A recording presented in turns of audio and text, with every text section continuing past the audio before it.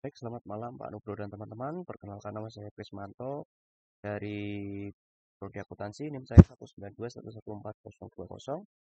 Pada malam hari ini saya akan membawakan materi perekonomian Indonesia sebelum UTS.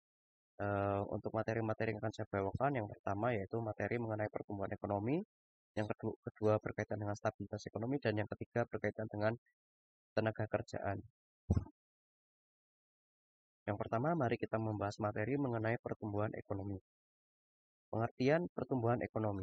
Pertumbuhan ekonomi merupakan salah satu tolak ukur penting dalam menentukan keberhasilan pembangunan ekonomi, di mana pertumbuhan ekonomi menggambarkan suatu dampak nyata dari kebijakan pembangunan yang dilaksanakan.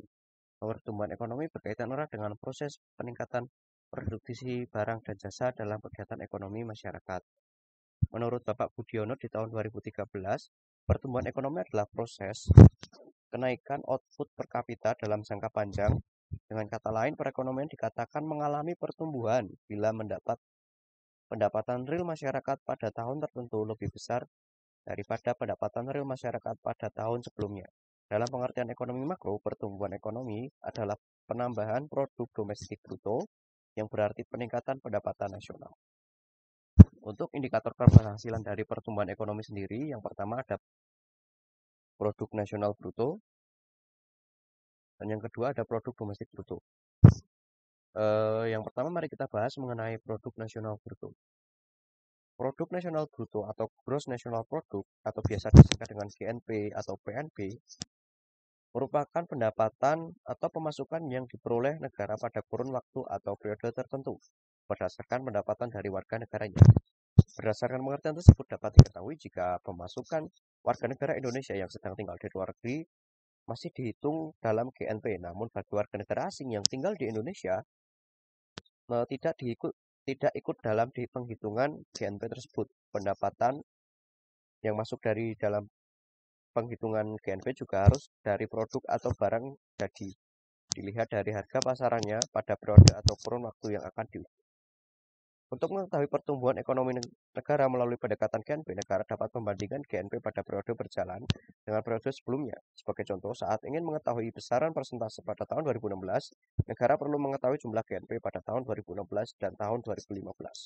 Kemudian cara menghitung pertumbuhan ekonominya, GNP di tahun 2015 akan dikurangi dengan GNP pada tahun 2015 dan dibagi dengan GNP tahun 2015 dan hasilnya akan dibagi dengan GNP tahun 2015 lalu dikali dengan 100%.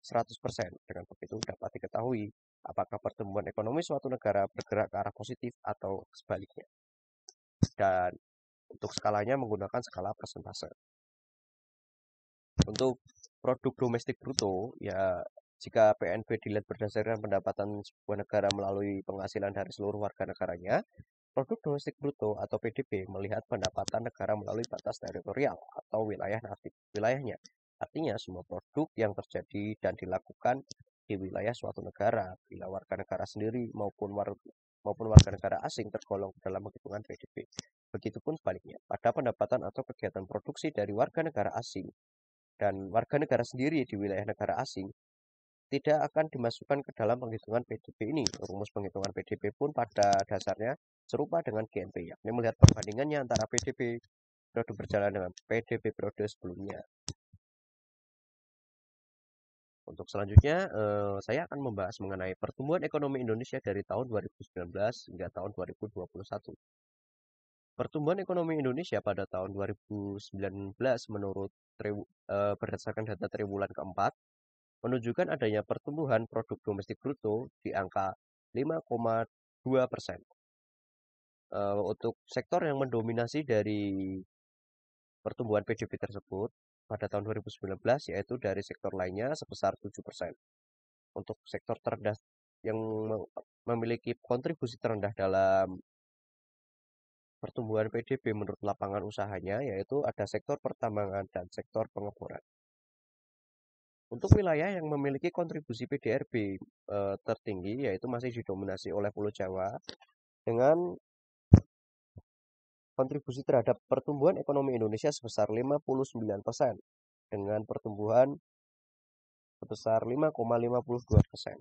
Lalu untuk wilayah Sumatera, Pulau Sumatera memberikan kontribusi sebesar 21,32% dan pertumbuhannya naik sekitar 4,57%. Lalu Pulau Kalimantan memberikan kontribusi sebesar 8,05% dan pertumbuhannya mengalami kenaikan juga sebesar 4,99%. Lalu untuk dari beberapa wilayah yang ada di dalam infografis ini, wilayah Maluku dan Papua menduduki peringkat tertinggi dengan pertumbuhan 7,40% dan kontribusinya sebesar 2,24%. Lalu kita menuju ke tahun 2020, menurut pertumbuhan ekonomi menurut BPS pada triwulan keempat tahun 2020, karena mengingat bahwasanya pada tahun 2020 ini kita mengalami pandemi COVID-19 yang berdampak pada yang memberikan dampak pada perekonomian Indonesia hingga pada tahun 2020 Menteri Keuangan mengumumkan adanya resesi ekonomi di Indonesia. Tentu saja hal ini menyebabkan banyak sektor industri atau sektor kegiatan ekonomi yang mengalami kemerosotan. Dapat kita lihat di statistik bahwasanya Indonesia mengalami kemerosotan yang cukup jauh, yaitu mengalami penurunan sebesar minus 2,7 poin dari tahun 2019 yang sebesar 5,02 poin atas pertumbuhan produk domestiknya. Untuk seperti kita ketahui bahwasanya banyak sektor ekonomi yang mengalami kemerosotan, namun pada tahun 2020 sektor pertanian mengalami kenaikan atau dia memiliki kemampuan bertahan dari krisis. Dilihat dari data di sini bahwasanya sektor pertanian berada di angka 1,75% untuk pertumbuhan PDB menurut lapangan usaha di tahun 2020. Hal ini terjadi karena sektor pertanian itu berada di wilayah desa-desa dan wilayah desa-desa ini belum terdampak secara masif dari pandemi COVID-19. Karena pandemi COVID-19 itu sangat dirasakan di wilayah-wilayah perkotaan. Lalu untuk pertumbuhan PDB menurut pengeluarannya pada tahun 2020, itu pengeluaran yang paling tinggi yaitu berada di konsumsi pemerintah. Kita dapat melihat bahwasanya konsumsi pemerintah ini tinggi dikarenakan pada tahun 2020, pemerintah berusaha secara maksimal untuk pengeluaran dananya digunakan untuk mitigasi dari pandemi COVID-19 ini. Sehingga pertumbuhan menurut pengeluaran yang paling tinggi itu berada di sektor konsumsi pemerintah. Untuk pertumbuhan kontribusi PDRB menurut wilayah, pada tahun 2020, Pulau Jawa memberikan kontribusi terhadap perekonomian Indonesia sebesar 58,75% dengan pertumbuhan minus 2,51%. Untuk beberapa wilayah sendiri, kita dapat melihat bahwasanya kontribusi dari pertumbuhan ekonomi yang ada di setiap pulau-pulau yang ada di Indonesia, seperti Pulau Sumatera, Kalimantan, Jawa, dan Bali, Nusa Tenggara itu mengalami penurunan. Sedangkan untuk Pulau Sulawesi dan Pulau Maluku dan Papua, untuk pertumbuhan ekonominya sedikit mengalami peningkatan dari tahun sebelumnya. Lalu untuk yang selanjutnya adalah pertumbuhan ekonomi Indonesia pada tahun 2020. Menurut infografis pertumbuhan ekonomi tahun 2021 triwulan kedua, pertumbuhan produk domestik bruto pada tahun 2021 mengalami peningkatan yang signifikan. Kita dapat melihat bahwasanya pada triwulan pertama tahun 2020 itu mengalami penurunan di angka 2,97.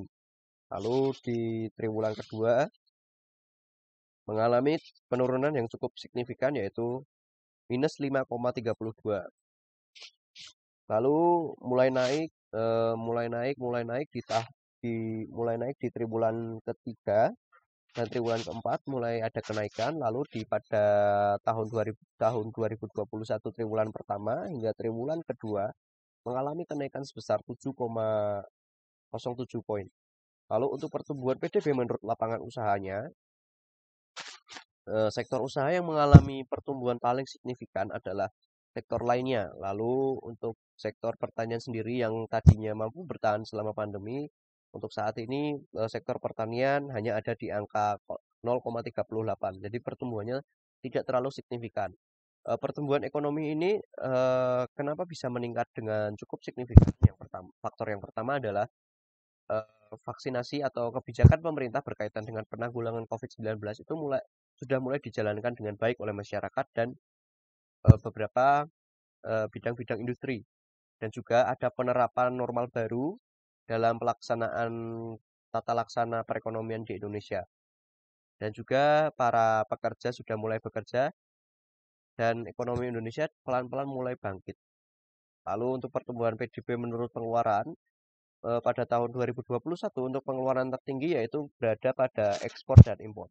Untuk sektor ekspor dan impor sendiri, karena di negara lain itu pandemi COVID-19 sudah mulai mereda, mereka mulai membuka jalur-jalur perdagangan yang ada di negara mereka, sehingga kegiatan ekspor dan impor dapat kembali berjalan dengan maksimal, walaupun masih harus menyesuaikan dengan kondisi yang ada seperti saat ini, yaitu pandemi COVID-19. Lalu masih pertumbuhan kontribusi PDRB menurut wilayahnya masih didominasi oleh Pulau Jawa, yaitu kontribusinya sebesar 57,92% dengan pertumbuhan 7,88%.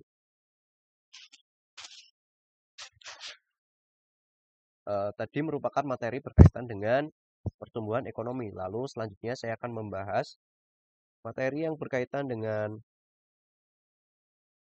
stabilitas ekonomi.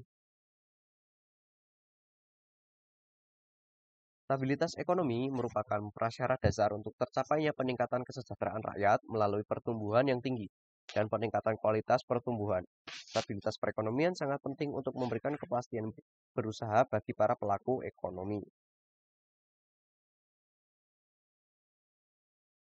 Stabilitas ekonomi makro dicapai ketika hubungan variabel ekonomi makro yang utama berada dalam keseimbangan, misalnya antara permintaan domestik dengan keluaran nasional, neraca pembayaran, penerimaan dan pengeluaran fiskal, serta tabungan dan investasi. Hubungan tersebut tidak selalu harus dalam keseimbangan yang sangat tepat. Ketidakseimbangan fiskal dan neraca pembayaran misalnya tetap sejalan dengan stabilitas ekonomi, asalkan dapat dibiayai secara berkesinambungan. Perekonomian yang tidak stabil menimbulkan biaya yang tinggi bagi perekonomian dan masyarakat. Ketidakstabilan akan menyulitkan masyarakat baik swasta maupun rumah tangga untuk menyusun rencana ke depan, khususnya dalam jangka lebih panjang yang dibutuhkan bagi investasi. Tingkat investasi yang rendah akan menurunkan potensi pertumbuhan ekonomi jangka panjang. Adanya fluktuasi yang tinggi dalam pertumbuhan keluaran produksi akan mengurangi tingkat keahlian tenaga kerja yang lama menganggur. Inflasi yang tinggi dan fluktuasi yang tinggi menimbulkan biaya yang sangat besar kepada masyarakat. Beban terberat akibat inflasi yang tinggi akan dirasakan oleh penduduk miskin yang mengalami penurunan daya beli. Inflasi yang berfluktuasi tinggi akan menyulitkan pembedaan pergerakan harga yang disebabkan oleh perubahan permintaan atau penawaran barang dan jasa dari kenaikan umum harga-harga yang disebabkan oleh permintaan yang lebih. Akibatnya terjadi alokasi inefisiensi sumber daya. Untuk indikator stabilitas ekonomi sendiri, yang pertama ada tingkat inflasi dan yang kedua ada pertumbuhan ekonomi. Yang pertama, mari kita bahas mengenai tingkat inflasi. Tingkat inflasi, laju inflasi yang ada di Indonesia sendiri kita dapat melihat dari data ini. Laju inflasi Indonesia selama tahun 2018 tercatat sebesar 3,13%. Atau mengalami penurunan jika dibanding laju inflasi tahun 2017, yaitu mencapai sebesar 3,61%. Laju inflasi tahun 2018 masih berada di bawah prediksi Bank Indonesia yang mengestimasi angka inflasi tahun 2022 sebesar 3,5%. Dapat kita lihat bahwasanya angka inflasi di tahun 2018 ini cukup tinggi di bulan Januari, namun menjadi rendah di bulan Februari. Di bulan Maret terjadi kenaikan yang cukup kecil, lalu terjadi penurunan di bulan April, lalu di bulan Mei juga mengalami kenaikan, lalu mengalami kenaikan yang cukup signifikan di bulan Juni, dan di bulan Juli juga mengalami penurunan, lalu di bulan Agustus mengalami penurunan yang cukup drastis hingga bulan September, lalu mengalami sedikit kenaikan di bulan Oktober hingga mengalami kenaikan lagi di bulan Desember. Lalu pada tahun 2018 juga, inflasi Indonesia masih berada dalam target dalam sasaran prediksi pemerintah, tetapi lebih rendah jika dibandingkan inflasi tahun 2017. Menunjukkan pemerintah berhasil mencapai sasaran atau target inflasi yang telah ditentukan. Realisasi inflasi tahun 2015 tersebut melengkapi pencapaian sasaran inflasi yang tepat 4 tahun berturut-turut memasuki 2019. Pada bulan Januari terjadi inflasi sebesar 0,32%, di mana kelompok bahan makanan masih menjadi penyumbang terbesar dalam angka inflasi, mencapai 0,92%. Diikuti kelompok sandang dengan angka inflasi 0,47%. Pada bulan Februari 2019 terjadi inflasi sebesar 0,08%, dan di bulan Maret 2019 terjadi inflasi 0,11%. Kelompok bahan makanan di bulan Februari Maret mengalami inflasi masing-masing 1,11% dan 0,01%. Pada tahun 2021 melihat data yang dirilis oleh BPS per 2 Juni 2021, kita dapat melihat bahwasannya angka inflasi dari bulan Mei tahun 2020 hingga bulan Mei tahun 2021 ini mengalami kenaikan di bulan Desember tahun 2020. Lalu pelan-pelan mulai mengalami penurunan semenjak bulan Januari 2021, lalu mengalami penurunan, lalu kembali mengalami kenaikan yang cukup kecil di bulan April hingga bulan Mei 2021.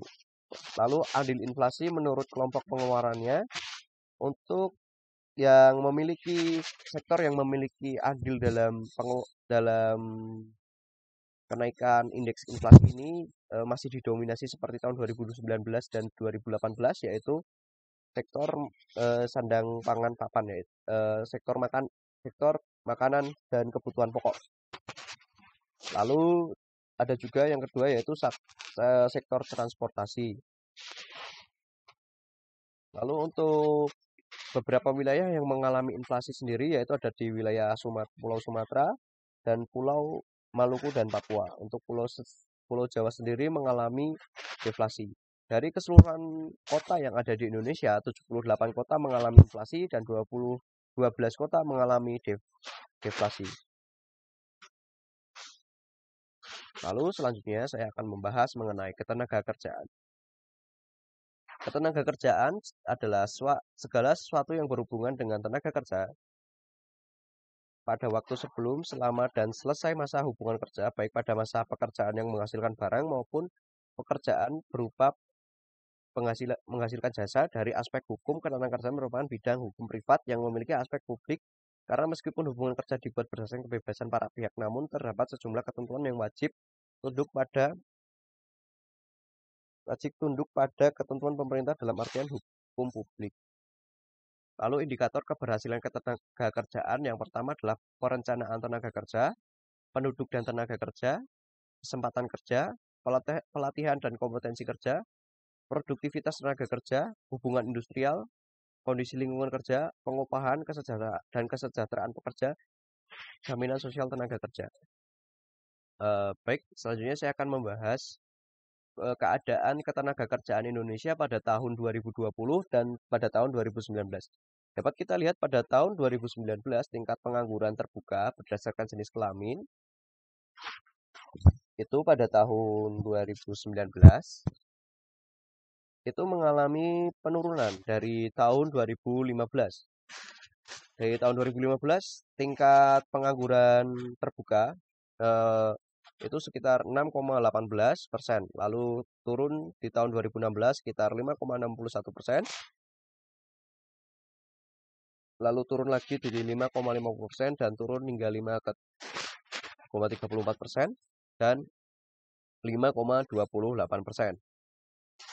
Untuk tahun 2015 sendiri, jenis kelamin yang mendominasi dari tingkat pengangguran terbuka sendiri ini dominasi oleh kaum wanita, dan di tahun 2016 didominasi oleh kaum pria, di tahun 2017 didominasi oleh kaum pria, dan di 2018 didominasi oleh kaum pria dengan sedikit perbedaan, dan di tahun 2019 didominasi oleh kaum pria. Lalu tingkat pengangguran terbuka di Indonesia berdasarkan tingkat pendidikan pada Agustus tahun 2019 yang pertama tingkat SD yaitu 2,41%, tingkat SMP 4,75%,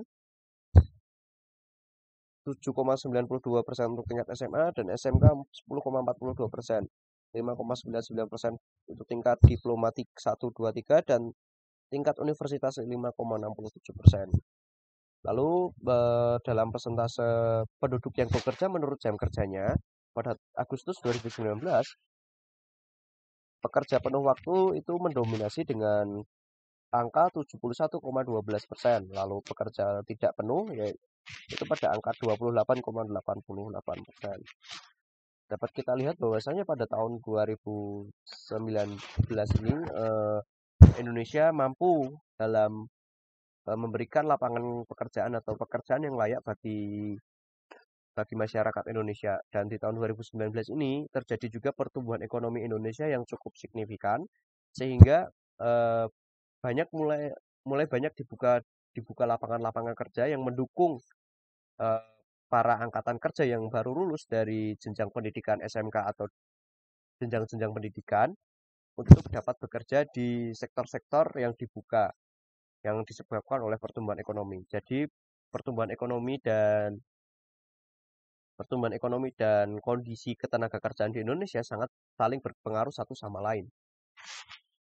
Lalu di tahun 2020 data keadaan ketenaga kerjaan tahun 2020 per Agustus 2020 eh, dapat kita lihat seperti tadi bahwasanya di tahun 2020 ini kita mengalami pandemi COVID-19 yang bahwasanya banyak sektor usaha atau sektor ekonomi yang mengalami kemacetan, dan juga bahkan juga perekonomian Indonesia diumumkan mengalami resesi oleh Menteri Menteri Keuangan.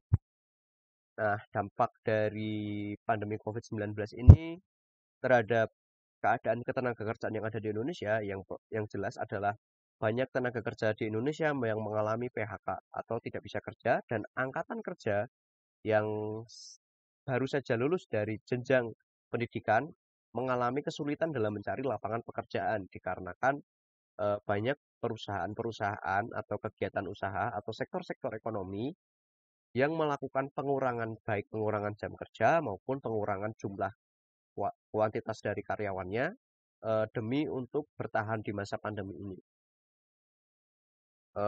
Dapat kita lihat ya data dari tingkat pengangguran terbuka menurut jenis kelamin pada tahun 2018 itu berada di angka 5,30%, lalu mengalami kenaikan di 2019 akhir itu menjadi 2,23%, dan di tahun 2020 itu angkanya naik dengan cukup signifikan yaitu mencapai 7,07%, dan TPT laki-laki dan TPT perkotaan mengalami peningkatan yang cukup tinggi. Mengapa TPT perkotaan mengalami peningkatan yang cukup tinggi? Karena di perkotaan sendiri merupakan roda perekonomian dari suatu negara. Di Indonesia, kegiatan ekonomi itu cenderung difokuskan ke kota-kota besar. Hal ini menyebabkan jika terjadi pandemi COVID-19, yang notabene pandemi COVID-19 ini mudah berdampak di wilayah dengan kepadatan penduduk yang cukup tinggi seperti perkotaan, menyebabkan penduduk yang ada di perkotaan yang jumlahnya cukup banyak itu mengalami kesulitan dalam bekerja. Mereka harus mengalami PHK atau mengalami kesulitan dalam mencari lapangan pekerjaan, baik lapangan pekerjaan pengganti maupun lapangan pekerja baru bagi angkatan kerja yang baru selesai jenjang pendidikannya. Untuk wilayah pedesaan sendiri masih mengalami peningkatan yang cukup rendah karena di desa sendiri masih terdapat banyak lapangan pekerjaan. Walaupun begitu, hal ini juga harus menjadi perhatian kita semua bahwasanya pandemi COVID-19 ini sangat mempengaruhi terhadap perekonomian Indonesia, sehingga perlu kontribusi dari semua pihak, baik pemerintahan, masyarakat, dan pihak-pihak terkait lainnya, untuk bersama kita sadar diri dalam melakukan mitigasi COVID-19 ini supaya ekonomi negara kita lekas pulih sehingga eh, lapangan-lapangan pekerjaan dapat dapat kembali tumbuh sehingga angka pengangguran ini dapat kita turunkan. Oke, untuk selanjutnya saya akan membahas ini dampak COVID-19 terhadap penduduk usia kerja di bulan Agustus 2020 itu jumlahnya adalah 29,12 juta orang. Lalu pengangguran karena COVID-19 itu sebesar 2,56 juta orang. Bukan angkatan kerja karena COVID-19 itu sebesar 0,76. Sementara tidak bekerja karena COVID-19 itu 1,77 juta orang. Pekerja dengan pengurangan jam kerja atau short term hours karena COVID-19 besar 24,03 juta orang. Dapat kita lihat bahwasanya pada pandemi COVID-19 ini sangat berdampak pada kegiatan ekonomi kita. Ada yang mengalami PHK dan lain sebagainya. Tapi masih ada juga teman-teman kita yang masih bisa bekerja namun dengan pengurangan waktu kerjanya. Nah, pengurangan waktu kerja ini juga akan berdampak pada kesejahteraan dari si pekerja itu sendiri. Karena dengan pengurangan waktu kerja otomatis upah yang diterima itu juga akan dipotong. Oleh karena itu, di masa pandemi COVID-19 ini, kesejahteraan dari tenaga kerja itu sendiri menjadi kurang terjamin karena upah yang diterima itu tidak sebanding dengan pengeluaran yang harus dikeluarkan. Mengingat seperti saat pandemi COVID-19 ini terjadi, banyak hal yang harus kita keluarkan. Mungkin di tahun 2019 sebelum terjadinya pandemi, kita tidak memikirkan pengeluaran untuk seperti masker atau sarana kesehatan lainnya. Tapi di tahun 2020 ini sarana kesehatan seperti masker, mungkin hand sanitizer atau kebutuhan-kebutuhan berkaitan dengan kesehatan itu menjadi lebih tinggi dan menjadi kebutuhan primer yang harus kita penuhi. Lalu dari total penduduk usia kerja sebanyak 203,97 orang, persentase penduduk usia kerja yang terdampak COVID-19 itu sebesar 14,28%. Hal ini menunjukkan angka yang cukup tinggi sehingga perlu peran serta dari masyarakat dan pemerintah saling bersinergi satu sama lain, baik pemerintah pusat maupun daerah, untuk bagaimana caranya supaya yang pertama yang jelas harus kita lakukan adalah mengatasi pandemi COVID-19 ini. Lalu eh, lalu bersama-sama membangun kembali perekonomian yang ada di Indonesia. Memasuki tahun 2020, banyak kebijakan berkaitan dengan pandemi COVID-19 yang seperti PPKM atau mungkin vaksinasi yang mulai digalakan oleh pemerintah dan mulai dijalankan dengan maksimal oleh warga masyarakat. Dan di tahun 2019 ini pelan-pelan perekonomian sudah mulai pulih dan ekonomi juga mulai membaik. Bahkan menurut data pertumbuhan ekonomi sendiri, pertumbuhan ekonomi Indonesia dapat mencapai angka 7, sekian sekian persen. Hal itu menunjukkan bahwasanya pertumbuhan ekonomi Indonesia dari tahun 2019, 2020, dan 2021 mengalami pertumbuhan yang sangat signifikan. Harapan kedepannya kita dapat eh, karena pertumbuhan ini ekonomi Indonesia dapat menjadi lebih baik lagi dan angka pengangguran yang ada di Indonesia dapat menurun sehingga masyarakat yang ada di Indonesia dapat pulih dan sejahtera seperti sedia kala. Terima kasih. Sekian presentasi saya. Jika ada salah kata saya mohon maaf. Terima kasih telah menyimak dari presentasi saya. Sekian, terima kasih. Selamat malam.